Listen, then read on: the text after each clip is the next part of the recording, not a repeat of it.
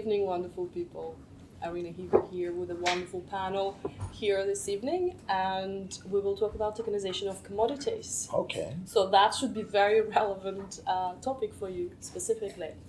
So tokenization of assets threatens to disrupt financial markets as we know it. And World Economic Forum predicts that $12 trillion worth of assets will be tokenized and traded on blockchain peer-to-peer within the next 5 years. If we look specifically at the commodities markets, it's easily a $20 trillion industry per year. So there is a lot to tokenize there, right? And so when we're talking about commodities, what are we talking about? We're talking about rare earth metals, we're talking about oil, we're talking about livestock, but we're also talking about equity and debt in the companies, in the mining companies, for example, that produce those diamonds or rare earth commodities. So, and all of that can be tokenized, right? Correct. However, my question is the disruption real, or is it just another hype? Because blockchain has promised a lot, hasn't it? It promised to disrupt the governments, it promised to disrupt the business models, it promised to disrupt capital formation as we know it. But has it really happened? We're yet to see. So, panel here is to explore that very topic.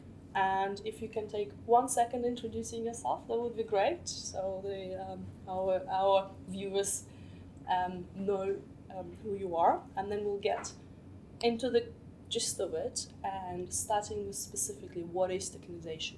Because what tokenization for me, as a retired energy attorney, can be different what tokenization to Mark, who is a technologist. So, can we start? Yes, so I'm Ranjan Salovara, CEO of Token Market, and we have an office here in Dubai and then in London and Gibraltar. My name is William Eng, CEO of Diamondback Holdings, and we have offices in Miami and Estonia and Lithuania and Diamondback. Hi everyone, I'm Mark. I'm a partner at Excellience, a boutique consultancy company based here in the DIFC. So Mark, starting with you, a technologist, what is tokenization? In layman words, something that a grandmother could understand. Yeah, I think, well, for me, tokenization from a more technical perspective is just using some sort of digital tokens, similar to like vouchers or things like this, to represent digitally a share in an underlying asset, like you rightly said, in equities and bonds and commodities. And by going digital, you can start representing these things in very small denominations, hence the fractionalization of things like real estate or a barrel of oil. And you can then, of course, provide a secondary market for those tokens, which is one of the differences that we see, which will provide more liquidity for those tokenized assets. Of course, that all sits on top of a blockchain, and leading into what you were saying, just to set the scene, blockchain has promised a lot of things. Decentralization is one of those. With tokenization, the promise is the same, but will we achieve that? It's something we'll discuss today. William, you have tokenized diamonds, right? Yeah, that's so you can talk about tokenization firsthand, and specifically tokenization of precious stones. Explain us again in words that a 7-year-old can understand. How have you tokenized those diamonds? I have diamonds here, like on my bracelet. How have you tokenized that? okay. So in essence, we've known that diamonds are valuable, right?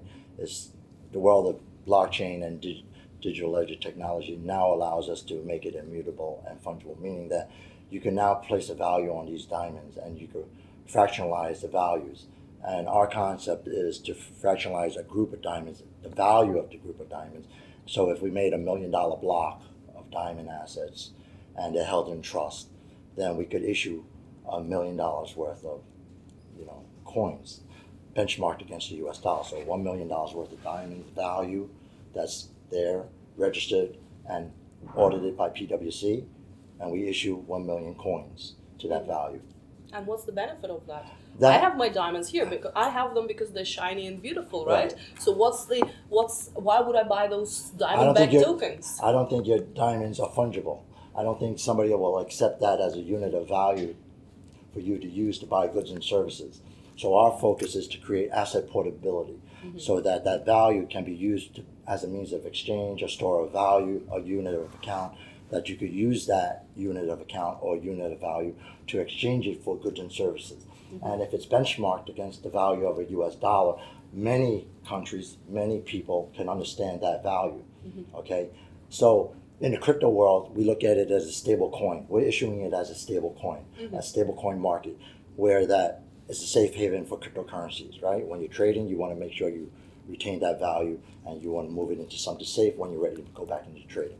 But we're building a bridge because we also have a payment platform that's, in essence, our ecosystem that allows you to utilize Diamondbacks not only as a stable coin, but as a stable currency for the real world market that's looking for some stability in their currencies, right? So if people use their fiat currencies to buy diamond value, then they have the ability to use that asset value and use it to buy goods and services as a store of value. That's how we do it. And token market is, are you guys currently listing token asset-backed tokens? Do you have? Yes, but we've started now on, but we focus on equity and debt. So then of course we have a stable coin, but the stable coins that we have integrated in our system is like a Gemini dollar from New York by Winklevoss Brothers, and that's then of course we like that because that one has then 100% guaranteed fiat on and off ramp. So if we trade those, then they can anytime the holder can go to Gemini to State Street, and State Street is holding exactly the same amount of dollars. And that's of course on a stable coin. That's one measurement that doesn't really work. That can you exit that then when you want to? Yes. In essence, what we're doing is that our tokens are asset-backed and it's held by a third-party global trust, okay? Yeah. So our functional model is that we're creating it as a unit of value so that the asset portability. So we're establishing a network of retailers that are accepting Diamondback as a unit of value for goods and services. And the fungibility part of it and the liquidity part of it is based on the community that we're building.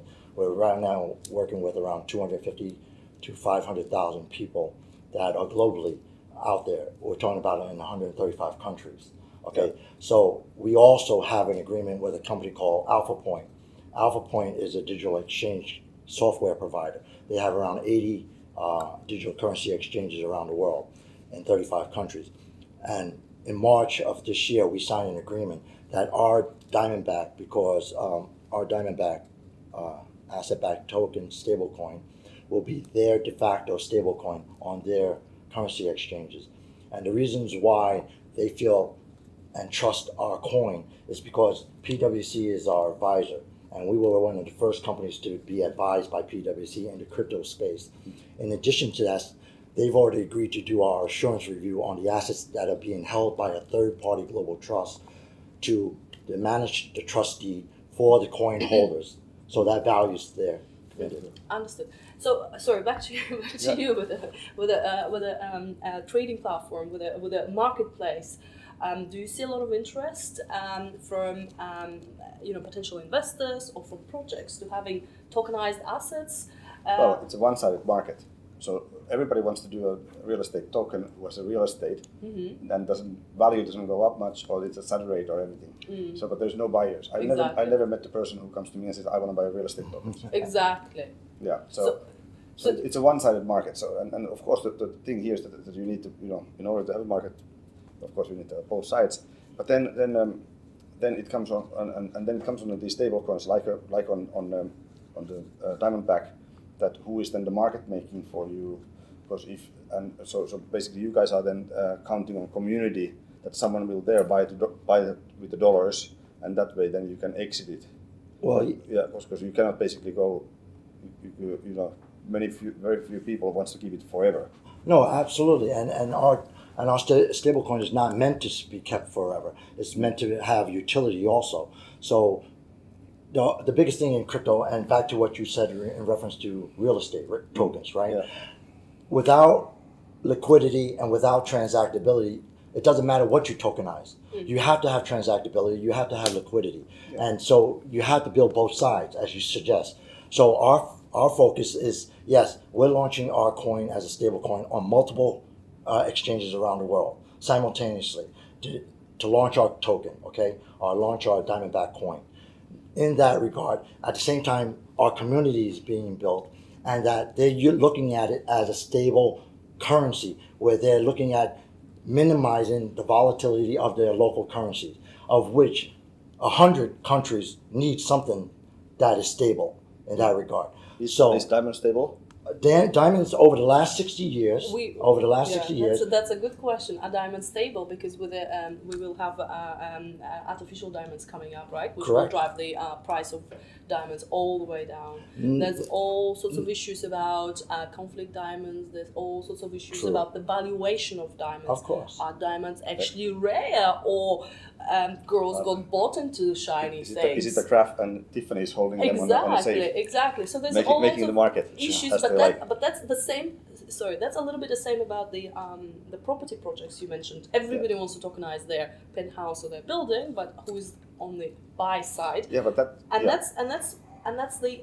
that's the sort of the challenges, right? That's other challenges. Sure. Of course, there are also technical challenges, right? So let's talk about the technical challenges of tokenizing an asset.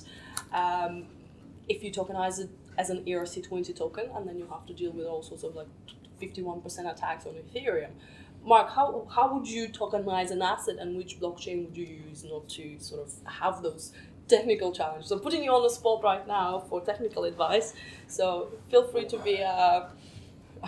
Well, this is a loaded question. I think there's a lot of components associated with that. I mean, first and foremost, regulators are going to get into this sooner or later, which will threaten the sort of decentralized push that you're referring to. So with regards to the actual technical underlying blockchain, that might be significantly impacted by regulatory implications. For example, if we start creating stable coins left and right, if we start tokenizing equity, debt, and so forth, you can imagine a future where if we have these liquid, small denominations of debt, of commodities, of equities, one day you can pay for your coffee with a small fraction of diamonds, all right?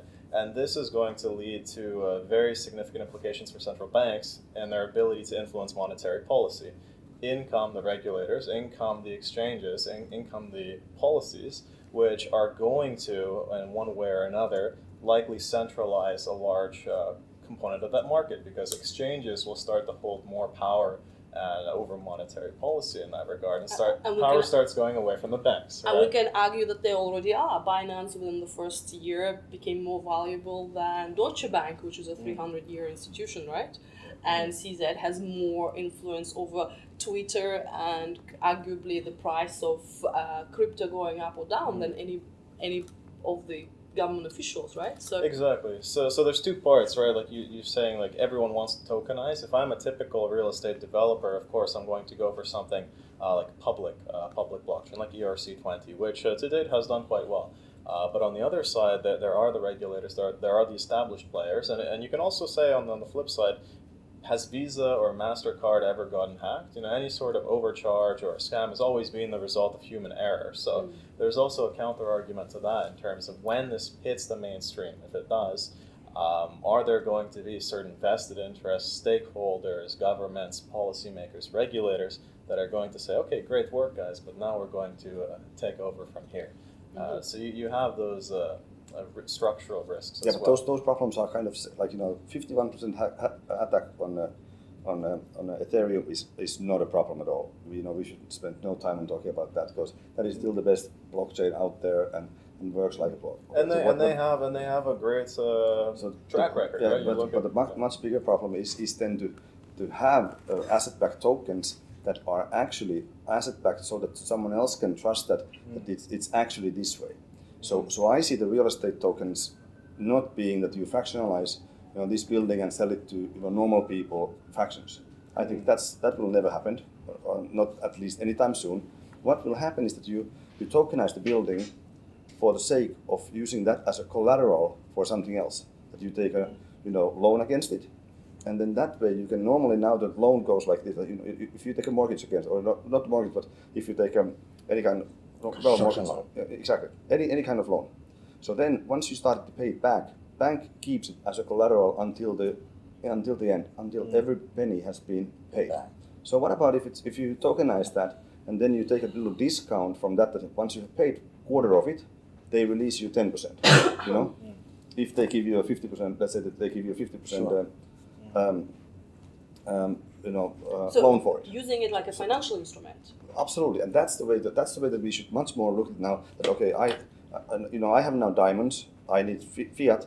I use that as just like now these Celsium networks and the others are using cryptocurrencies and give people fiat, or then you can lend your crypto for someone for margin trading and stuff. So that's the real use there is not to pay with the diamonds or coffee. That's not realistic. Why would you do that? Because people are not even doing that with the Bitcoin. Well, they're not using diamonds. No, but they're not doing that with the Bitcoin. No, of course not. You don't want to spend That's why you have- 0.00000000125 for a cup of coffee. You but want to spend $1 or a dollar value. Exactly. But if I have an iPhone, I have an Apple Pay. It's on iWatch, and it's hard to compete with that one. That I just go to. Of course go it to, is. Go to Of course it is. Starbucks and use that. We're not saying it's. We're trying to.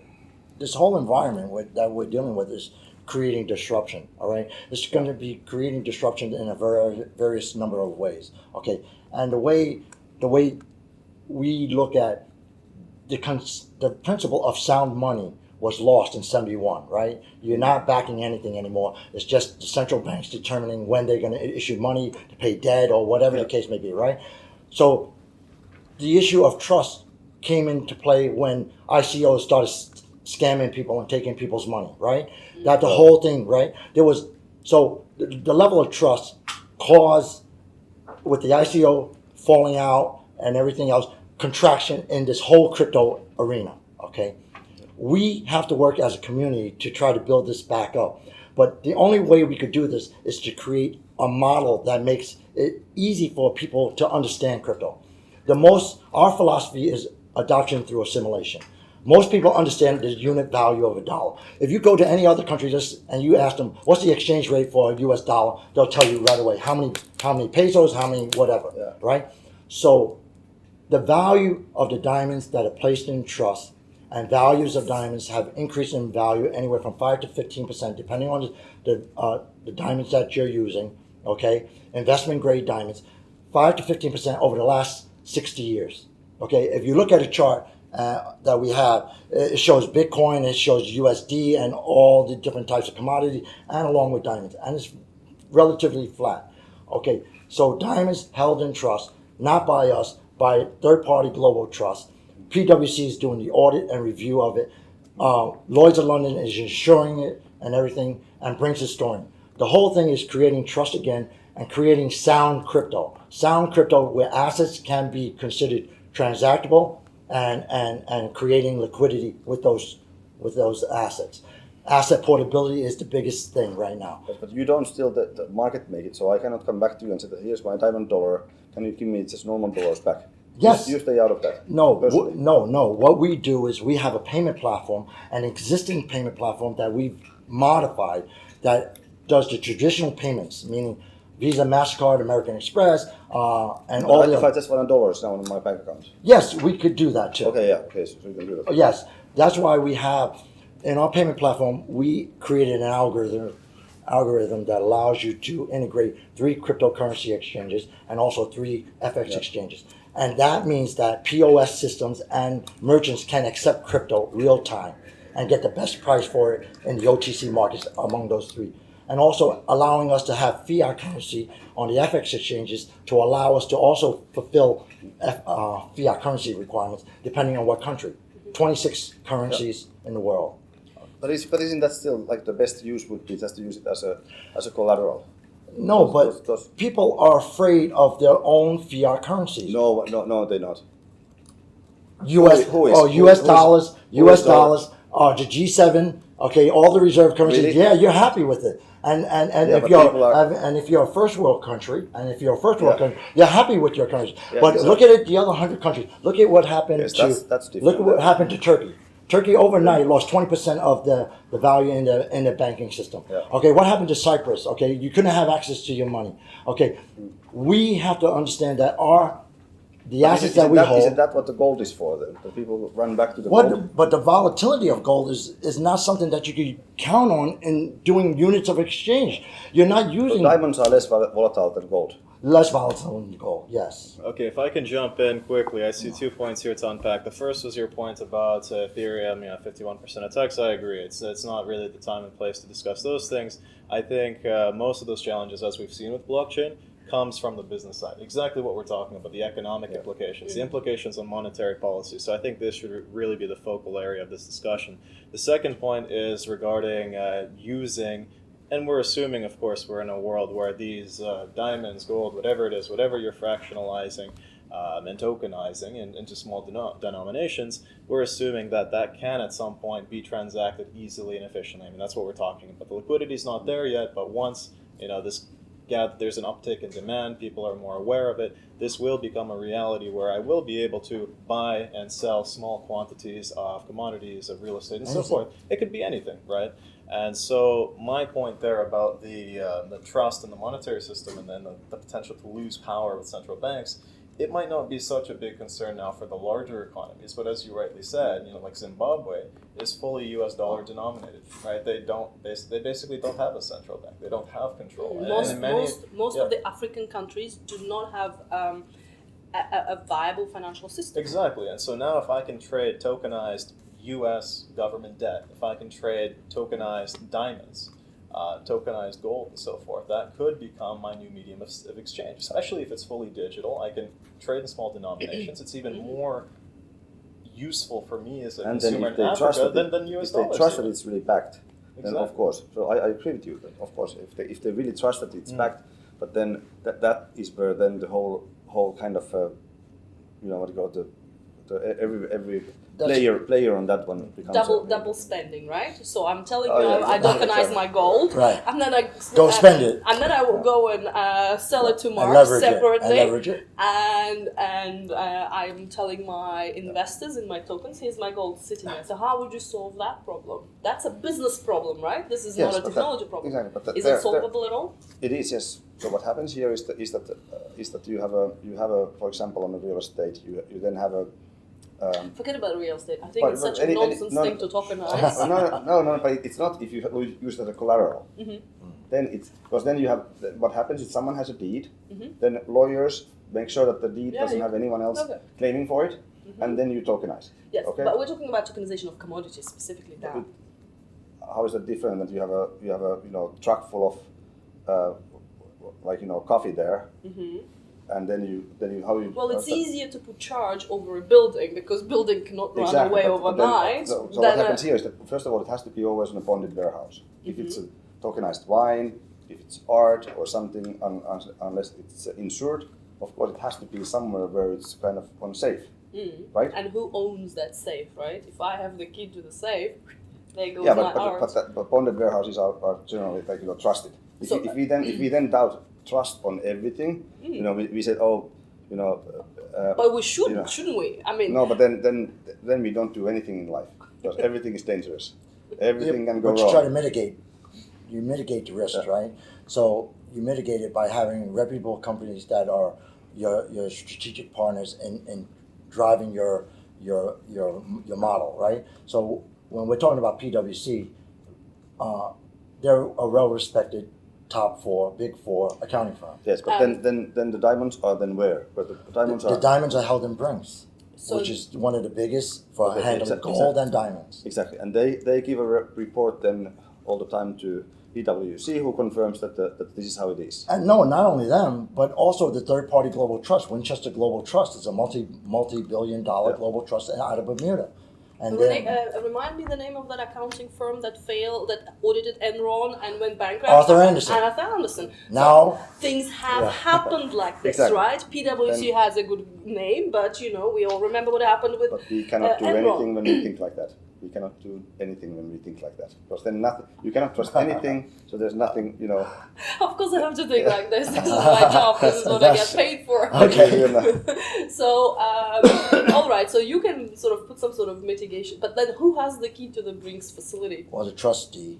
The trustee manages the assets for the coin holders. Mm-hmm. So it's a third-party global trust that the trustee ensures that, and the trustee ensures that the assets are there, and then they work in coordination with Brinks and PwC to do the audit, the assurance review. Yeah, so let's think about this way, that even before blockchain, they already invented that you can use some stuff as a collateral for something.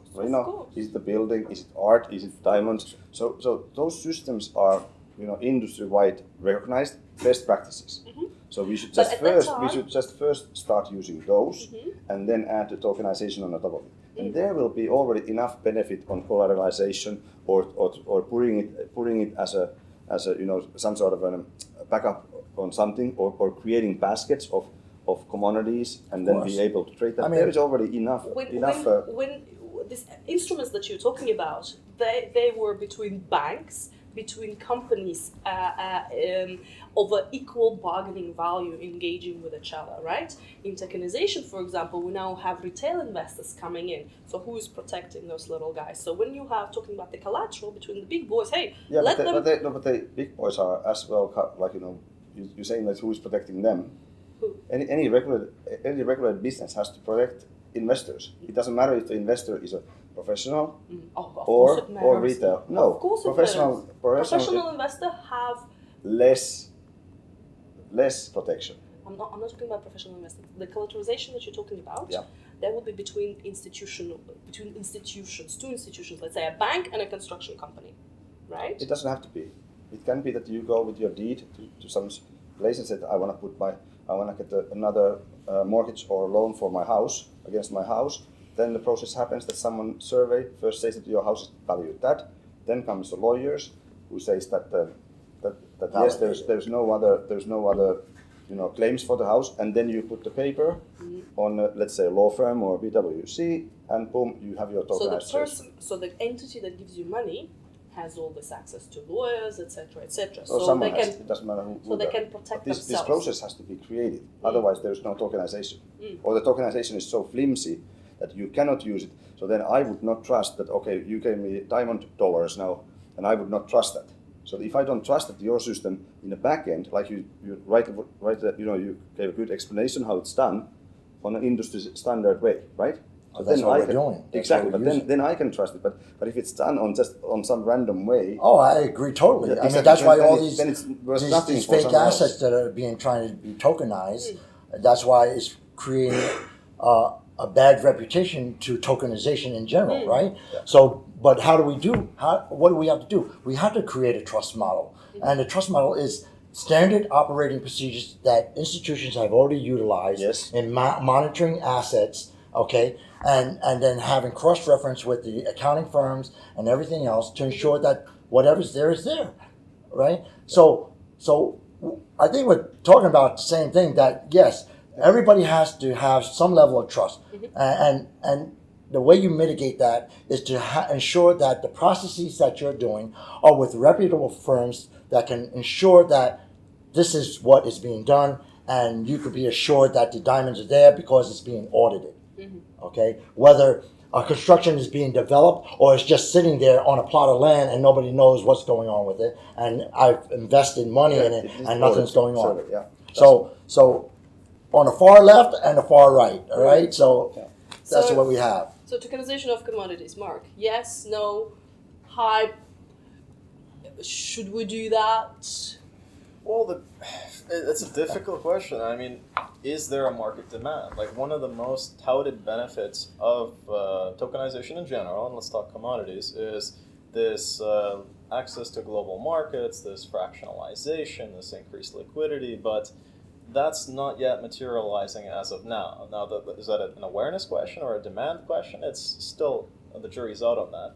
But the way I see it, things have been working for decades, and it is possible for me to purchase certain commodities, especially the more popular ones, let's say like gold and silver and so forth, And apart from that, am I really interested in purchasing grain or corn? Or it remains to be seen, right? So we're looking at it from the consumer perspective in terms of, is there institutional interest in this? Is there a retail investor interest in this? And for the time being, we see that it's still mixed, but we have seen a relatively larger response from the regulators. I mean, they're much faster on the ball this time than they were with blockchain, and they're preemptively addressing a lot of those questions because we're talking about the potential. And the thing is, if that potential does realize, you're going to have a lot of challenges for these regulators. So there's so many different moving parts, which is why I'm mildly bullish.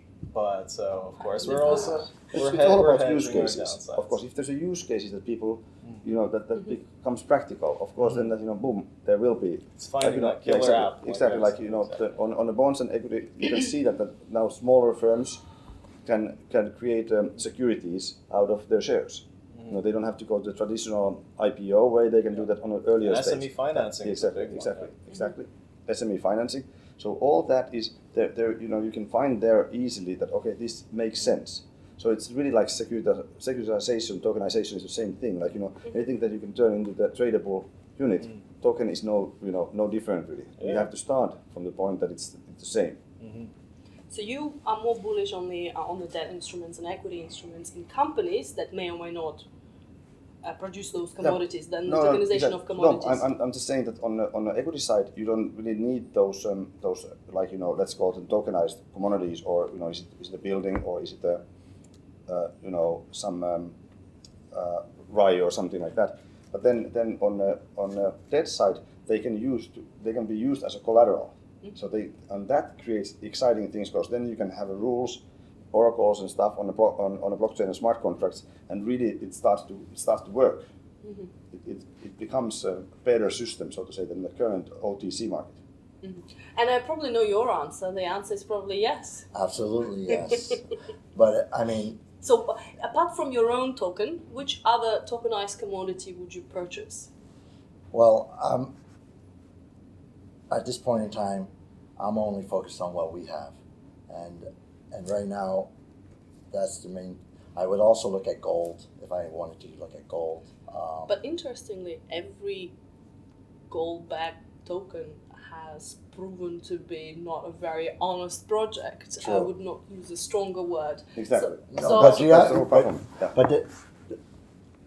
But that's the whole thing about creating that trust, and who are they using to ensure that this gold is there and everything else. That's what we made it so emphatically to create this trust model using reputable firms.